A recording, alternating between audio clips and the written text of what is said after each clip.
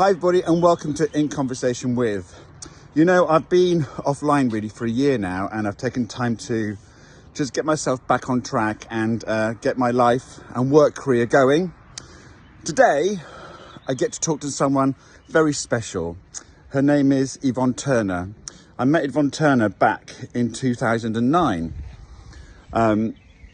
We had a charity back then called the B600 Foundation, and we raised money for her terminally ill daughter, Grace. 16 years later, we lost a partner, husband, Simon, to cancer of this year. Actually, he passed away on February the 14th this year. Yvonne has kindly said she'll come and talk about her life, her loss, and how she's moving forward with her life. She's an incredible lady, and I'm really looking forward to this conversation, and I hope you enjoy it too. Thank you for watching and enjoy the show. Let's have a drink or whatever, yeah. All day long. All day long.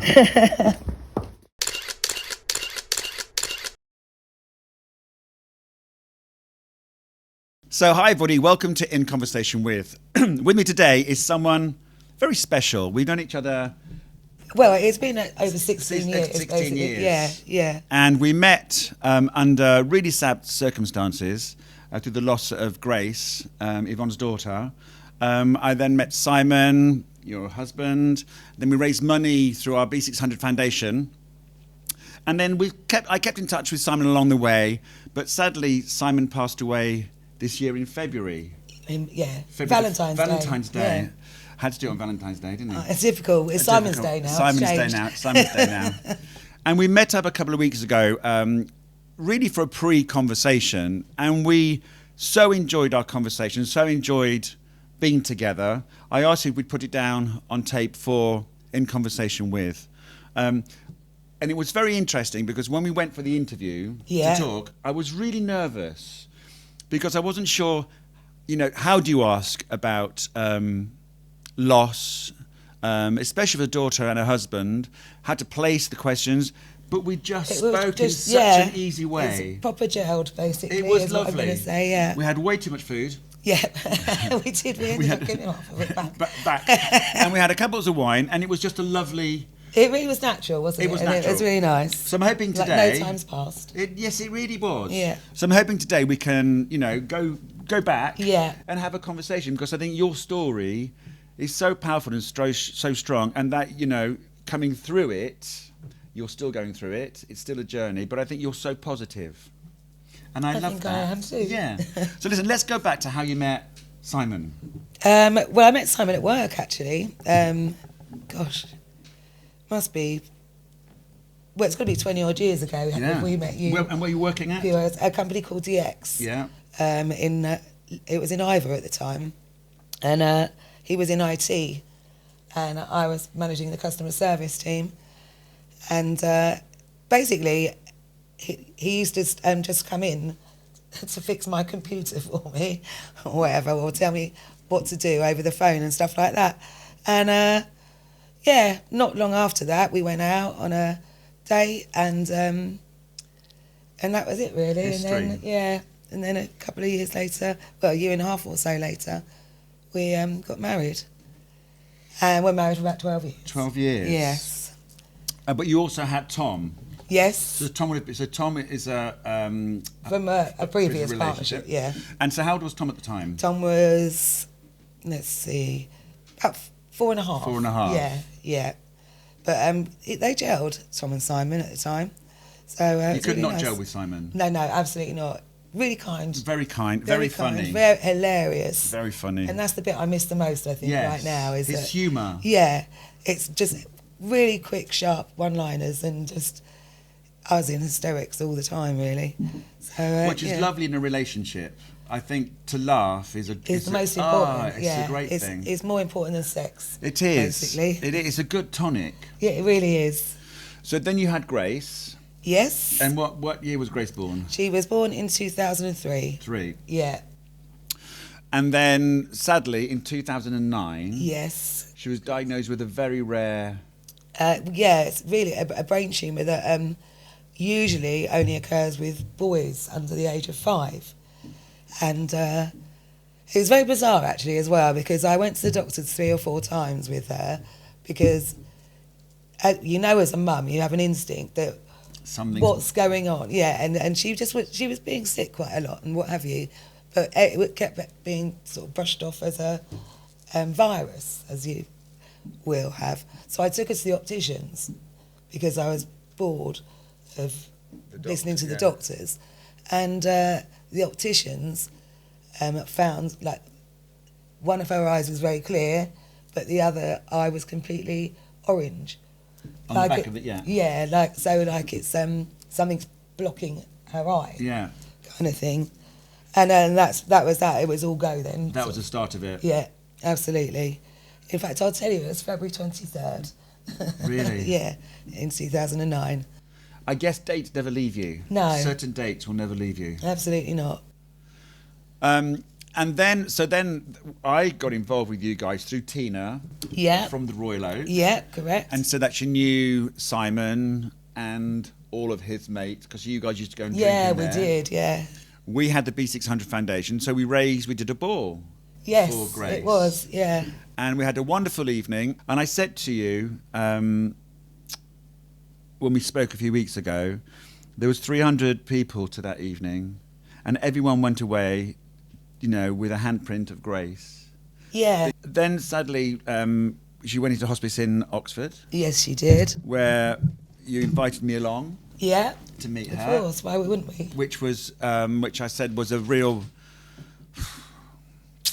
blessing. And everyone had their pink nails. Yeah. Do you remember? She painted all her nails. Oh, pink. And she said to me, "I love your birthmark," because I've got a pink birthmark. And then you moved on, and then you got involved with charities for children. Yeah, so we basically, my friends were amazing, and we all together started Grace's Guardian Angels. That's it. Basically, and through which we raised £27,000 over a few events and what have you, which was incredible. And as a result of us raising money, Foresters, which is another local charity, helped us contribute towards us building a park at Armour Green Sports Club, which is Grace's park. So the kids have all got somewhere to play and what have you. And Grace has got a cherry blossom tree by the park, and it's got a bench all around it, which has previously been mauve, but I've painted it blue and white for the hoops, so for QPR. So because Simon was a big QPR. Massive.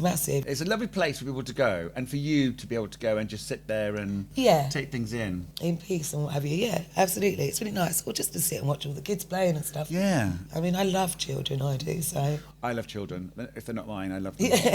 Yourself and Simon, you then got divorced. Do you think divorce was part of the journey? Because I definitely do. Yeah. Yeah, we were on such different tangents in the way we dealt with things. In what way? In that Simon, starting off with, I suppose, that we both worked for the same company, and the company paid my salary for a year to have time off.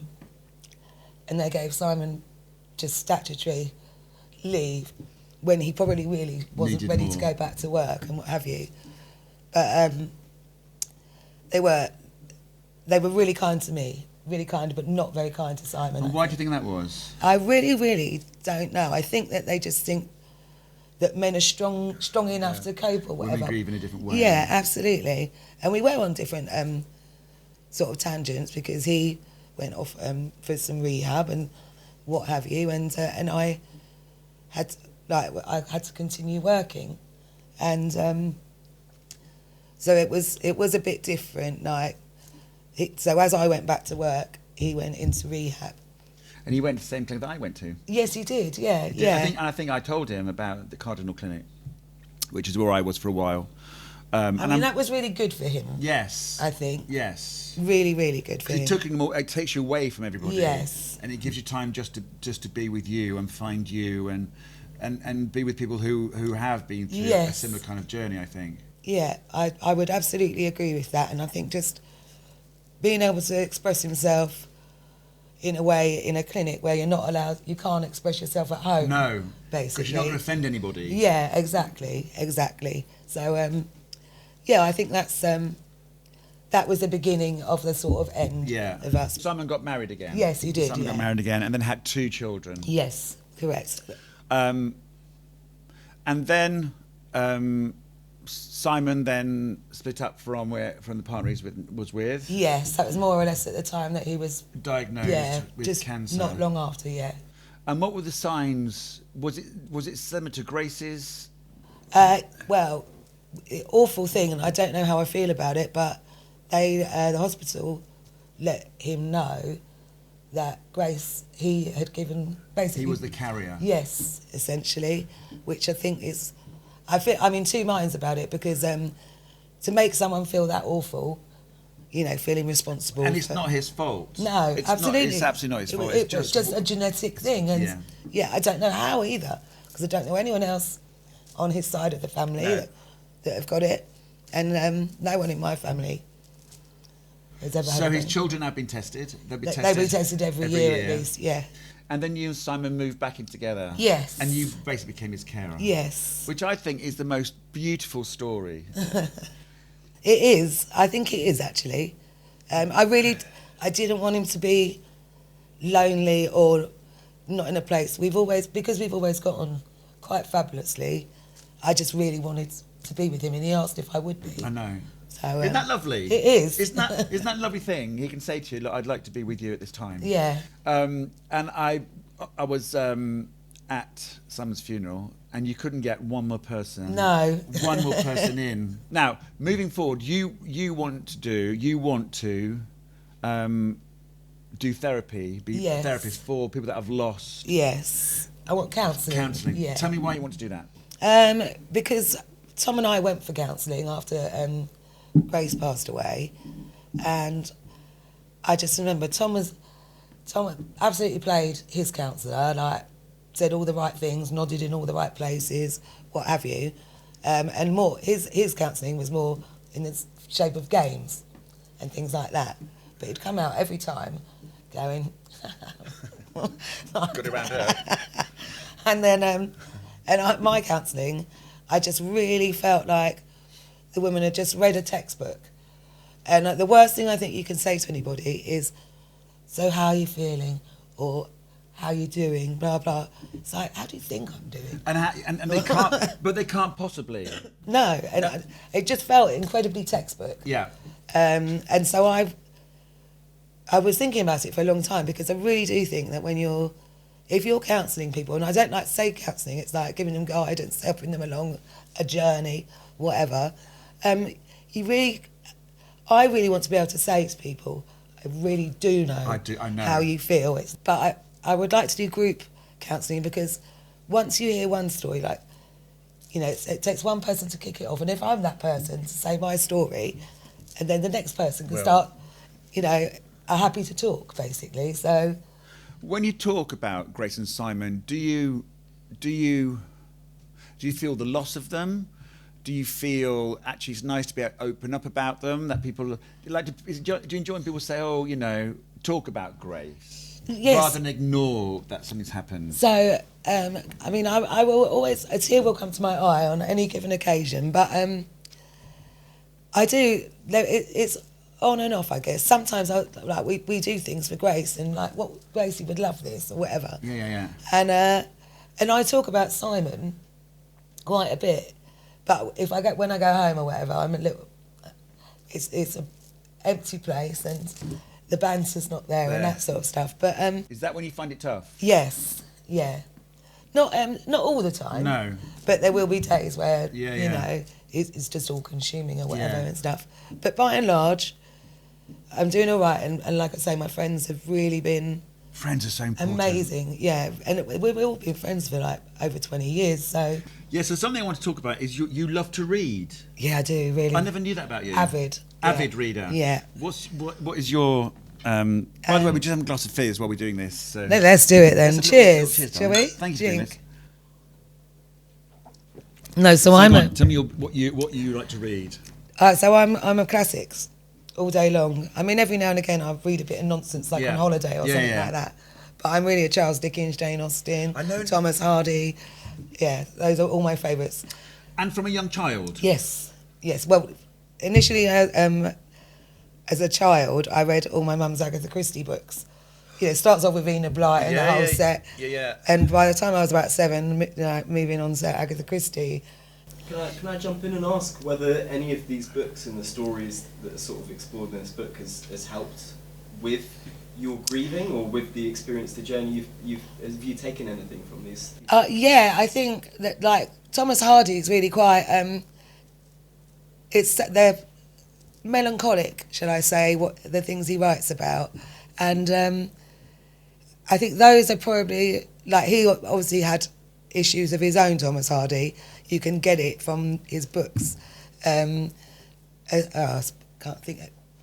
Bathsheba Everdeen is a heroine in one of the books, and you can, through her, you really get someone's been not very pleasant in his life or whatever. He's definitely had a failed romance of some sort, but everything's got something to give because Jane Austen, everything it's tragic before a happy ending, basically.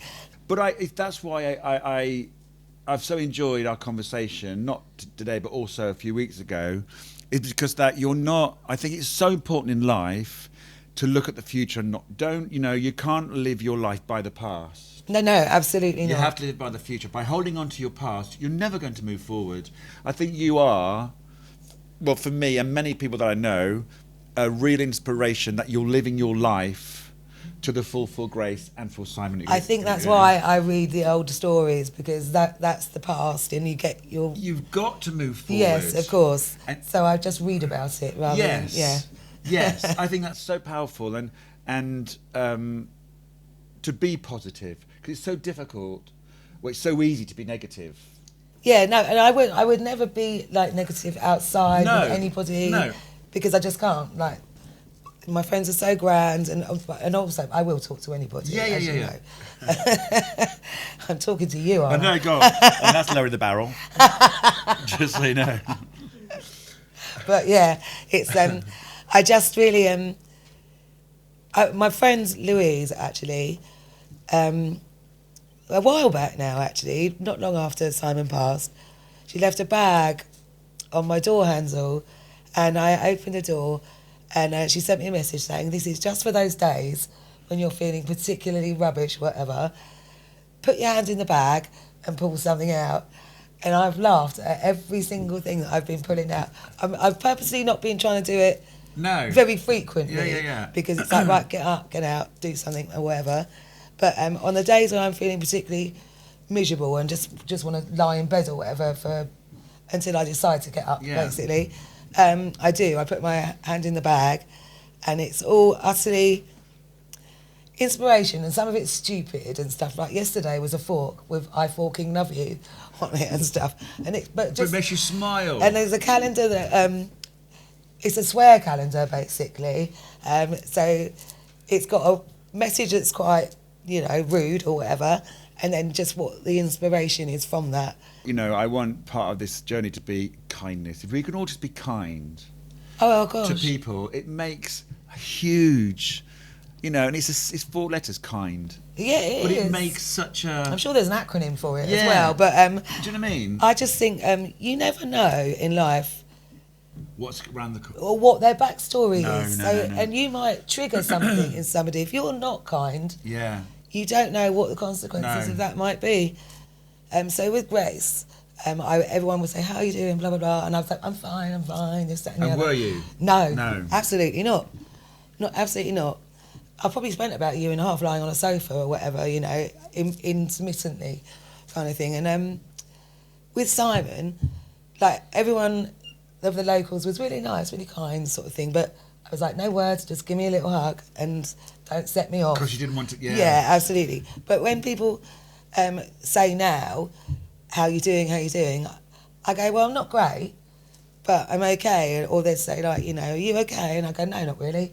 And it's just... You've been honest. Yes, absolutely. I was trying to be a real hero before. Yeah. And you can't be. It's too much of a burden on And yourself. it's exhausting. Yes. To try and be, I think when you're going through grief, to try and what are your thoughts on this? Is there a right way to grieve? Or it's just a personal... I think it's a personal journey. I don't think there is any right or wrong way of doing it, but you have to be real with yourself. So if you're not feeling up to it, say something to people, like, listen, it's taken me 16 years to understand that. When people say, grieving is a process, and I think grieving it's such a personal thing, especially losing a child to losing Simon, that I would, I think it's a different... It's totally different experiences, really and truly. Tell me about dreams. Oh, God. You're going to finish on dreams, because I think this is so lovely. I'm not a massive dreamer, so if I had one, I don't remember it in the morning. No. But the ones I do remember are if my dad or Grace appear. And I swear to God, that I can have a dream where we've been on holiday for a whole week and been swimming, having a laugh and a giggle and all that sort of stuff. And I can't even tell you how... I'm a little bit slightly gutted in the morning when I come around and realise back into reality. That didn't happen. But I really do feel like they come to you. I really do. My dad comes in loads with Grace, because she really was the apple of his eye. And so it's such a happy place to be. I think what a really interesting question to ask would be, how would you sort of tell people or advise people on navigating grief? Because I guess it being a personal thing, how did you navigate it? How do you navigate it? Yeah, it was... I drank a lot. Yeah. Yeah, absolutely drank a lot. Not everyone does. I know another mother who lost her daughter, and she put it into creativity and doing things. But I think whatever works for you. Yes, it is. It has to be whatever works for you. I don't think you can just say, well, this is the right way of doing it. But I think the navigation is, I guess, self-preservation. You've got to look after you. You do. But I also think you do need to occupy yourself a little bit. I haven't thus far after Simon, but I will. It's a very different process. With Simon, I just wanted to have a crack with him, and whether he was in a wheelchair or was able to walk, because it was the 2 years that we lived together. It was a very slow but very quick towards the end journey. But we just, we'd go out for dinner, we'd do things, have a laugh, what have you, and it was really nice, really, really nice. I'm a little bit bitter at this moment in time about it. But that will go, because certain things are out of your control. And if it's out of your control, then there's nothing really you can do about it. But I also laugh a lot, because I really don't want to forget how funny he was. No. So, lots of laughter. You don't think you will. Get the right people around you. Yes, absolutely. That is particularly important. Whether, it's a religious sort of opportunity that you might take up, or whether you become a very spiritual person. What would you say you've learned about you over the last 16, 17 years? I just learnt things I never thought I was. And it's taken a lot of other people to tell me that I'm a different person to the one I thought I was, basically. A stronger person. Yes, you don't rate yourself very highly, do you? Personally, because it's like... It's almost be arrogant. Yes, that's what I mean. Yeah. It is. It really, really is. But how would you rate? So, out of 1 to 10, how would you? Where you on the scale now? Do you think? I'd give myself maybe a 7.5, 8. I'd say 8.5, 9. I would. Yeah, I would. Because I just think you're. You don't want to big yourself up too much, though, either, do you? I No. think there's still things to learn. I think you never stop learning, but I think what you've learned with your journey will be a gift to give to other parents. Yes. Who are going through what you've been through or going through. Oh, that's really kind, actually. Yeah, I'm going to no. give you a little mwah. I do. And can I just say, thank you for doing this. Pleasure. I think that it's been, well, for me, you know that, I've got a lot of love for you. And I think, we're always going to keep in touch now. I think, we've got, and I want you to say thank you. And for doing this, part of In Conversation With. And everybody, this was my lovely Yvonne Turner.